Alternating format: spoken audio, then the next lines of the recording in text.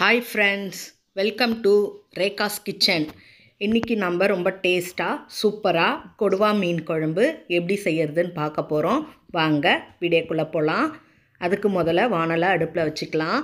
வானல் நல்லா காயணும். வானல் நல்லா காஞ்சிடுச்சு. தேவையான அளவு எண்ணெய் ஊற்றிக்கலாம். எண்ணெயும் நல்லா காஞ்சதுக்கப்புறம் 1 டீஸ்பூன் கடுகு போட்டுக்கலாம். கடுகு போட்டு நல்லா வெடிக்கணும். கடுகு போட்டு நல்லா வெடிச்சிடுச்சு. 1 டீஸ்பூன் வெந்தயம் போட்டுக்கலாம். வெந்தயம் போட்டு நல்லா வெந்தயம் செவந்து வரணும். வெந்தயம் நல்லா செவந்து வந்ததுக்கப்புறம் பெரிய சைஸு வெங்காயம் 2, ஒரு கொத்து கருவேப்பிலை அதையும் நம்ம நல்லா ஆட் பண்ணி வதக்கிக்கலாம். நல்லா வதங்கணும். நல்லா வதங்கிடுச்சு. 2 தக்காளி மிக்சியில் அடித்து பேஸ்ட்டு பண்ணி நான் இதில் கலந்துருக்கேங்க. நல்லா தக்காளி பேஸ்ட்டும் நல்லா வதக்கணும். நான் நல்லா வதக்கிட்டேன் பாருங்கள். இந்த அளவுக்கு வதக்கினா போதும். குழம்புத்தூள் 2 டீஸ்பூன் போட்டுக்கலாம். 2 டீஸ்பூன் குழம்புத்தூள் போட்டு நம்ம நல்லா கலந்து விடலாங்க. நல்லா இந்த அளவுக்கு கலந்தால் போதும். 1 டீஸ்பூன் காரத்தூள் போட்டுக்கலாம். காரத்தூள் போட்டும் நம்ம நல்லா கலந்து விட்டுக்கலாம். நல்லா கலந்து விட்டாச்சு. எலுமிச்சப்பழ அளவு புளி எடுத்து நான் கரைச்சி எடுத்து வச்சுருக்கேன் தண்ணி.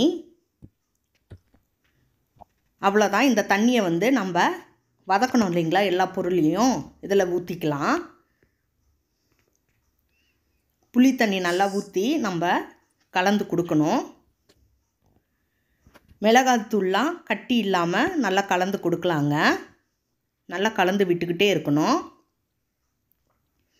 இந்தமாரி தாங்க கலந்து விடணும், கட்டிகள் இல்லாமல். நல்லா கலந்து விட்டுட்டு நம்ம மூடி போட்டு மூடிடலாம். இப்போ குழம்புக்கு தேவையான அளவு உப்பு போட்டுக்கலாம். நான் உப்பு போடுறேன். உப்பு போட்டு நம்ம நல்லா கலந்து விட்டுடணும். நல்லா கலந்து விடுறோம் பாருங்கள். அவ்வளோதான். ஒரு மூடி போட்டு நம்ம மூடிடலாம். குழம்பு நல்லா கொதிக்கணும். நான் இப்போ திறந்து காட்டுறேன் பாருங்கள். குழம்பு கொதிக்குது பார்த்திங்களா? இந்த அளவுக்கு கொதிக்கணுங்க. நல்லா கொதிக்கணும், கொஞ்சம் திக்காகிற வரைக்கும். நம்ம குழம்பு இன்னும் கொஞ்சம் நல்லா திக்காகணுங்க. அதனால் நம்ம மூடி போட்டு நல்லா கொதிக்க விட்டுடலாம். நான் இப்போ மூடியை திறந்து காட்டுறேன் பாருங்கள். இந்த அளவுக்கு கொதிச்சிருக்கணும். குழம்பும் நல்லா திக்காக இருக்குது பாருங்கள். நம்ம போட்ட எண்ணெய்லாம் பிரிஞ்சு மேலே வந்திருக்கு. நான் கொடுவா மீன் வாங்கியிருக்கேங்க. வாங்கி நான் சுத்தம் பண்ணி கழுவி வச்சுட்டேன். இப்போ நல்லா குழம்பு கொதிக்குது பார்த்திங்களா? அந்த குழம்பில் இப்போ நம்ம மீனை எல்லாத்தையுமே நம்ம ஆட் பண்ணிக்கலாம் ஒன்று ஒன்றா. பாருங்கள், நான் குழம்புல ஒன்று ஒன்றா போட போகிறேன். பொறுமையாக போடணுங்க. குழம்பு மேலே தெளிச்சிடும், கை சுற்றும். சுடாத அளவுக்கு பொறுமையாக போடுங்க. அவ்வளோதான். நான் எல்லா மீனையும் போட்டுட்டேன்.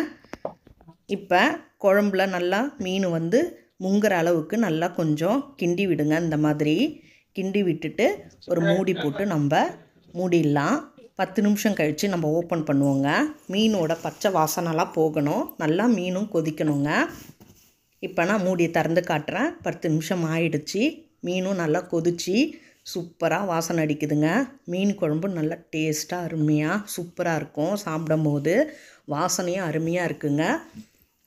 அவ்வளோதாங்க. மீனும் நல்லா கொச்சிடுச்சு. இப்போ ஃபைனலாக கொத்தமல்லி தூவி நம்ம இறக்கிடலாம். அவ்வளோதான். நான் ஸ்டவ் ஆஃப் பண்ணிட்டேன். எல்லாம் சூப்பராக கொதித்து நல்லா அருமையாக வாசனை வருது. ஒரு யானத்துலேயே நம்ம மாற்றி வச்சிடலாம். அவ்வளோதான். நான் ஒரு யானத்தில் மாற்றி வச்சிட்டேன் பாருங்கள். எந்த அளவுக்கு சூப்பராக எவ்வளோ கலர்ஃபுல்லாக அருமையாக இருக்குது பார்த்திங்களா மீன் குழம்பு. இதே போல் நீங்கள் உங்கள் வீட்டில் ட்ரை பண்ணுங்கள். இந்த வீடியோ உங்களுக்கு பிடிச்சிருந்தால் லைக் பண்ணுங்கள், ஷேர் பண்ணுங்கள், கமெண்ட் பண்ணுங்கள். மறக்காமல் சப்ஸ்கிரைப்